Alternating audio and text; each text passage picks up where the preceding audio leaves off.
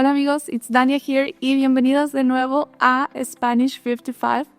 As you know, I've been lucky enough to live in many countries across Latin America, and I recently spent a few months living in Argentina, and I wanted to share with you all the things that I learned while I was there, especially with the grammar, especially with their unique and different type of Spanish that even though we speak the same, they have their own differences. And I want to talk about it in this video. Pay attention.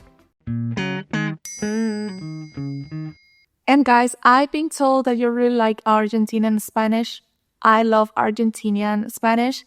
I find it fascinating.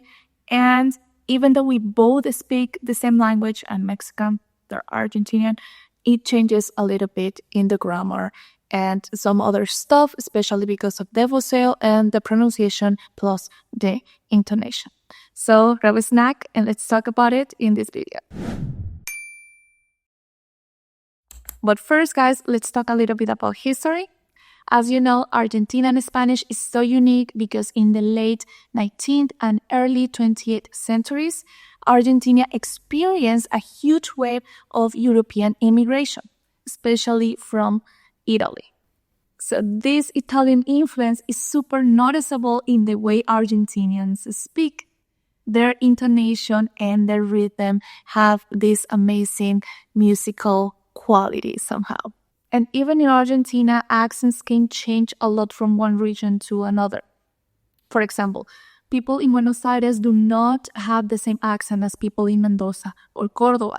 It was a little bit difficult for me to know where a person was from, just from their accents. But after spending a few months there, I knew when they were speaking, that person was from Buenos Aires or from Mendoza or Córdoba. It was amazing. First, let's talk about vos. When I first arrived in Argentina, it was honestly so weird to hear everyone using vos instead of tú or the pronoun you. It felt like a whole new language at first. For example, instead of saying tú eres, you are, they will say vos sos. It's such a small change, but it totally threw me off. I was like, what's that, vos sos? I guess it's hard to pick up when you weren't taught to use it from the beginning, but if you are already used to the pronoun tú, don't worry, you will be totally fine. Anyone who speaks Spanish can understand and dominate Argentinian Spanish. Next up, let's dive into verb conjugations. When using vos, the verbs change too. For example, instead of saying tú hablas, you speak, Argentinians say vos hablas. Vos hablas.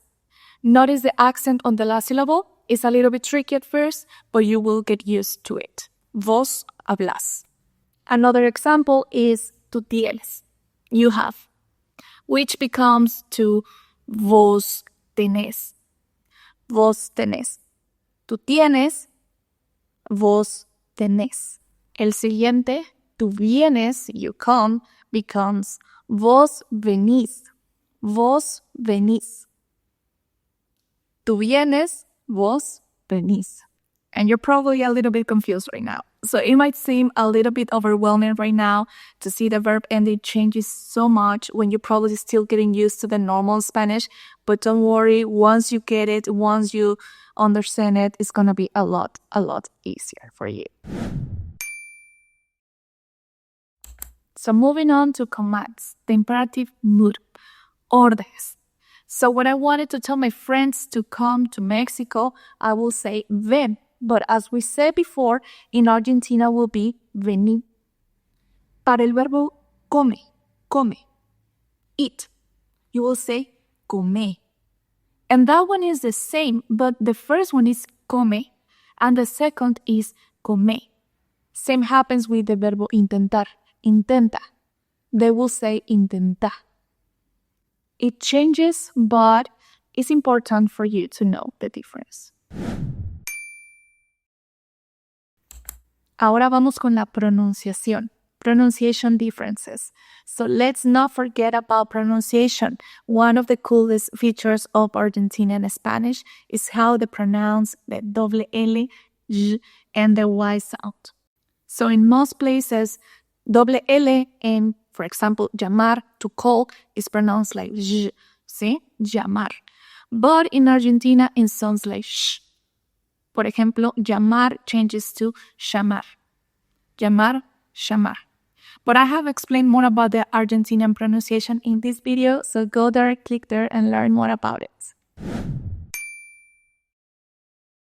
Let's talk about che. This little word is very important in the Argentinian Spanish and is mainly used to get someone's attention, like saying hey in English. For example, che, ¿cómo estás? Che, ¿cómo estás? It means, hey, how are you? And the last one, the use of hincha. Hincha is a word I never heard before Argentina. It is commonly used with soccer because it means the word fan. So you might hear people say on the street, yo soy hincha de Boca. Hincha de Boca. Boca is the famous Argentinian soccer team. So that's it, guys. I cannot tell you more about the Argentinian Spanish. Of course, I can tell you more, so let me know in the comments if you want to hear more about it. And finally, I just recommend you to go to Spanish55.com, where you will find a coach and a person who can tailor your classes according to your needs. So if you are very interested about the Argentinian, they can definitely help you with that. So thanks for watching, amigos. I hope these tips help you on your Spanish learning journey. Don't forget to like, comment, and subscribe for more language tips and travel stories that I have a lot. Hasta luego, amigos. Nos vemos.